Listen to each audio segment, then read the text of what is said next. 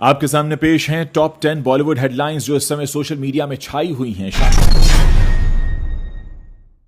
शाहरुख खान का iconic serial फौजी अब 35 सालों के बाद टीवी पर अपनी वापसी करने जा रहा है।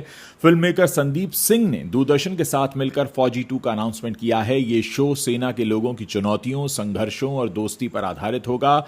इसमें नए कलाकारों को अहम रोल में दिखाया जाएगा। फौजी 2 में अंकिता लोखंडे के पति विकी जैन अपना एक्टिंग डेब्यू करने जा रहे हैं। इस शो में विकी कर्नल संजय सिंह के किरदार में दिखाई देंगे और इसमें गौहर खान भी दिखेंगी। लेफ्टिनेंट कर्नल सिमरजीत कौर का वो किरदार निभाएंगी जो हथियार चलाने में स्पेशलिटी रखने वाली कैडेट ट्रेनर है। इसके अलावा इस शो से 12 नए एक्टर्स एक्टिंग की दुनिया में कदम रखेंगे। इसमें आशीष भारद्वाज, उत्कर्ष कोहली, रुद्रा सोनी, अमरदीप फोगाट, अयान मनचंदा, नील सतगुप्ता, सुवंश धार, प्रियांशु राजगुरु, अमन सिंह दीप, उदित कपूर और मानुषी और सुष्मिता भंडारी जैसे न्यू कमर एक्टर्स का नाम शामिल है।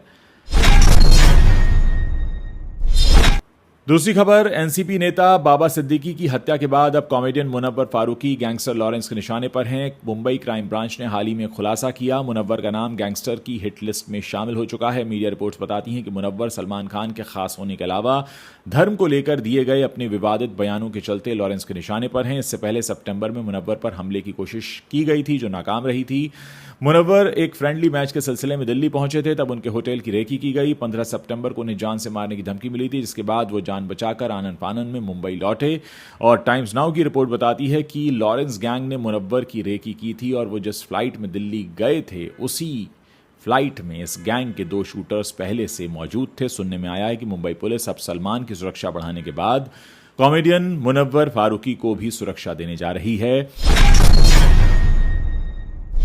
तीसरी खबर, पहले फायरिंग फिर धमकी और अब क्या दोस्त की हत्या के बाद माफी मांगेंगे सलमान खान। मुंबई में एनसीपी अजित पवार गुट के नेता और महाराष्ट्र सरकार के पूर्व मंत्री बाबा सिद्दीकी की 12 अक्टूबर को गोली मारकर हत्या कर दी गई थी। ऐसे में अब बीजेपी नेता और पूर्व राज्यसभा सांसद हरनाथ सिंह यादव ने सलमान खान को बिश्नोई समाज से माफी मांगने की सलाह दी है। उन्होंने कहा है कि बिश्नोई समाज में अभी भी सलमान के प्रति नाराजगी है, इसलिए सलमान अपनी गलती के लिए उनसे माफी मांग लें। बीजेपी नेता हरनाथ सिंह ने लिखा कि व्यक्ति से गलती हो जाती है, आप बड़े अभिनेता हैं, देश में बड़ी संख्या में लोग आपसे स्नेह करते हैं, आपसे गलती तो हुई है, मेरी सलाह है कि आप बिश्नोई समाज की भावनाओं का सम्मान करते हुए उनसे माफी मांग लें। चौथी खबर, अपने दोस्त बाबा सिद्दीकी की हत्या के बाद से ही कहां गायब हैं शाहरुख खान। क्यों शाहरुख खान बाबा सिद्दीकी की मौत के बाद न तो अस्पताल में दिखे न उनके घर पर, और ये वो सवाल है जो इस समय हर कोई पूछ रहा है। क्या शाहरुख खान किसी भी तरह की कंट्रोवर्सी से बचने के लिए ऐसा कर रहे हैं या फिर वो ऐसे ही शख्स हैं जो मुसीबत में फंसे अपने दोस्तों के परिवार को यूं ही अपने हाल पर छोड़ दिया करते हैं। क्योंकि एक तरफ सलमान हैं जिनको इतना खतरा है, फिर भी वो अस्पताल में भी गए और बाबा के अंतिम दर्शन करने उनके घर भी गए, लेकिन शाहरुख कहां हैं किसी को नहीं पता।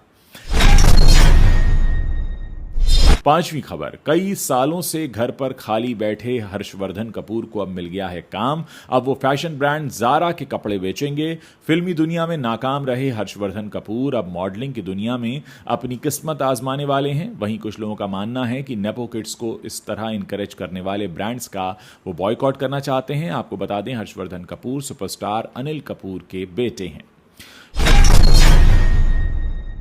छठी खबर, रेखा और श्रीदेवी दोनों ही भारतीय फिल्म इंडस्ट्री के आइकनिक स्टार रही हैं। दोनों ने ही अपनी एक्टिंग से लोगों का दिल जीता और प्रसिद्धि हासिल की। हाल ही में एक इंटरव्यू के दौरान श्रीदेवी की बेटी जाह्नवी ने रेखा और श्रीदेवी के रिश्ते के बारे में खुलकर बात की। साथ ही बताया कि श्रीदेवी के निधन के बाद रेखा ही उन्हें सलाह दिया करती हैं। हाल ही में फिल्म फेयर के साथ एक इंटरव्यू में जाह्नवी कपूर ने कहा कि मां ने जब पहली बार हिंदी फिल्मों में कदम रखा था उस समय वो खुद को बड़ा ही खोया हुआ महसूस करती थी। ऐसे में रेखा ने ही उनकी मदद की। उनका रिश्ता बेहद खास रहा। दोनों अक्सर तेलुगु में बातें किया करती थीं ताकि बच्चे उनकी बातों को ना समझें। जाह्नवी कपूर ने कहा, मेरे जन्म के बाद मां परिवार पर ध्यान देने लगी और फिल्मी दुनिया से कुछ वक्त के लिए उसने दूरी बना ली। उस दौरान उन दोनों का कोई कांटेक्ट नहीं रहा, लेकिन जब रेखा जी मेरे घर लंच पर आईं तब मैं लगभग 14 साल की थी। मैंने उनका स्वागत किया और उन्होंने मुझे कहा कि मुझे उन्हें पेदाम्मा कहना चाहिए। तेलुगु भाषा में इस शब्द का मतलब होता है बड़ी माँ। सातवीं खबर, हाल ही में एक्टर आदित्य सील की फिल्म अमर प्रेम की प्रेम कहानी ओटीटी प्लेटफॉर्म पर रिलीज हुई है। यह फिल्म 2 पुरुषों की प्रेम कहानी बताती है। एक बातचीत के दौरान आदित्य ने स्क्रिप्ट और अपने किरदार की तैयारी और इस सेंसिटिव टॉपिक पर काम करने की जिम्मेदारी के बारे में भी अपनी राय शेयर की। आदित्य ने कहा कि जब मुझे इस फिल्म की स्क्रिप्ट मिली तो मैंने इसे बहुत इंटरेस्टिंग पाया। ये फिल्म दो पुरुषों की प्रेम कहानी को लेकर है। पहले भी ऐसे विषयों पर फिल्में बनी हैं, लेकिन इस फिल्म की खासियत यह है कि हम इसे नॉर्मलाइज कर रहे हैं। आमतौर पर फिल्मों में दिखाया जाता है कि घरवाले या समाज ऐसे रिश्तों को एक्सेप्ट नहीं करते, लेकिन यहां कहानी उस जगह से शुरू होती है जहां सब ने इसे एक्सेप्ट कर लिया है। बॉलीवुड सिंगर नेहा कक्कड़ और उनके पति सिंगर रोहनप्रीत सिंह को धमकी मिली है। बाबा बुढ़ा दल के निहंग मान सिंह अकाली ने वीडियो जारी करके दोनों को चेतावनी दी है। उन्होंने कहा कि नेहा कक्कड़ अपने पति को पर्दे में रखें। लोगों के सामने आपत्तिजनक हरकतें करके आप क्या जताना चाहते हैं? अकाली ने आगे कहा कि सोशल मीडिया पर गलत कंटेंट डालने वालों को पहले प्यार से समझाया जाएगा, दूसरी बार उन्हें सबक सिखाया जाएगा। इसके लिए चाहे हमें जेल ही क्यों न जाना पड़े, हम समाज में किसी भी तरह की गंदगी नहीं फैलने देंगे। निहंग मान सिंह अकाली ने वीडियो जारी करके कहा कि अब बारी है बॉलीवुड सिंगर नेहा कक्कड़ की। नेहा कक्कड़ तक हमारा संदेश पहुंचा देना कि बीवी अपने पति को पर्दे में रख। तुम लोगों ने पंजाब का बेड़ा गर्क कर दिया है, कुछ तो शर्म कर लो। तुम लोग क्या चीज़ें दिखाते हो। हमने माना कि तुम लोग फिल्म स्टार हो और अच्छे सिंगर हो, तो कोई अच्छा काम करो और सोच अच्छी रखो। आप लोग अपने बच्चों को क्या परोस रहे हो? इस वक्त पंजाब में नशे और अभद्रता के दो गंदे दरिया बह रहे हैं। मलयालम एक्टर जय सूर्या से केरल पुलिस ने मंगलवार को पूछताछ की। उन्होंने खुद पर लगे सभी सेक्सुअल हैरेसमेंट के आरोपों को इनकार कर दिया। उन्होंने खुद को जिंदा शहीद बताया। पूछताछ के दौरान जय सूर्या ने कहा कि मैं आरोपों से पूरी तरह इनकार करता हूं। यह मनगढ़ंत मामला है, मुझे अग्रिम जमानत की भी जरूरत नहीं है। उन्होंने आगे कहा कि यह चिंताजनक है कि लोग किसी के खिलाफ इस तरह के झूठे आरोप लगा रहे हैं। कम से कम मेरे पास अपना पक्ष रखने के लिए एक मंच है। कई लोग ऐसा नहीं करते। ये कई परिवारों में अशांति पैदा कर सकता है।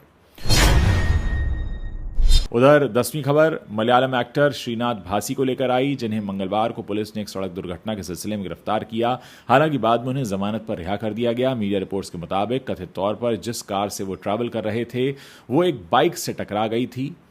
और एर्नाकुलम सेंट्रल पुलिस ने यह कहा कि उन्होंने पिछले महीने हुई घटना के बाद इस एक्टर के खिलाफ मामला दर्ज किया था। मिली जानकारी के मुताबिक कार की चपेट में आने से पीड़ित को चोट लग गई थी। एक पुलिस अधिकारी ने बिना डिटेल जानकारी दिए बताया कि विटनेस के बयान पर सोमवार को श्रीनाथ की गिरफ्तारी की गई। हालांकि पूछताछ के बाद उन्हें रिहा कर दिया गया। वहीं हिट एंड रन केस के कारण 1 महीने के लिए श्रीनाथ का ड्राइविंग लाइसेंस बैन कर दिया गया है। तो दोस्तों, ये वो 10 बड़ी खबरें थीं जो इस समय सोशल मीडिया पर छाई हुई हैं। अब मैं आपसे जानना चाहता हूं कि आप मेरे प्लेटफॉर्म पर और किस तरह की खबरें देखना चाहते हैं। हमने कुछ समय पहले ही बॉलीवुड टॉप 10 शुरू किया है। इसे आप लोगों का काफ़ी प्यार मिल रहा है और मैं रोज़ाना ऐसे मैसेजेस को रिसीव कर रहा हूं जहां आप लोग इस बात की रिक्वेस्ट करते हैं कि मैं इस सिलसिले को जारी रखूं। मैं रोज़ाना आपके लिए बॉलीवुड टॉप 10 लेकर आता रहूंगा, लेकिन इसके अलावा मैं आपसे रिक्वेस्ट करना चाहता हूं कि और किस तरह का कंटेंट आप मेरे प्लेटफॉर्म पर देखना चाहते हैं। साथ ही आप ये भी बताइए कि क्या आपने अभी तक हमारे चैनल को सब्सक्राइब किया है या नहीं। अगर नहीं किया है तो आप अभी इसी वक्त हमारे चैनल को सब्सक्राइब कर सकते हैं। और अगर ये वीडियो पसंद आया है तो इसे अपने दोस्तों को भेजना मत भूलिएगा। आपसे अगले वीडियो में फिर जल्द ही मुलाकात होगी। और हाँ, जाने से पहले इस वीडियो के नीचे अपना कमेंट छोड़ना मत भूलिएगा। मैं आपके कमेंट्स पढ़ने का इंतजार कर रहा हूं।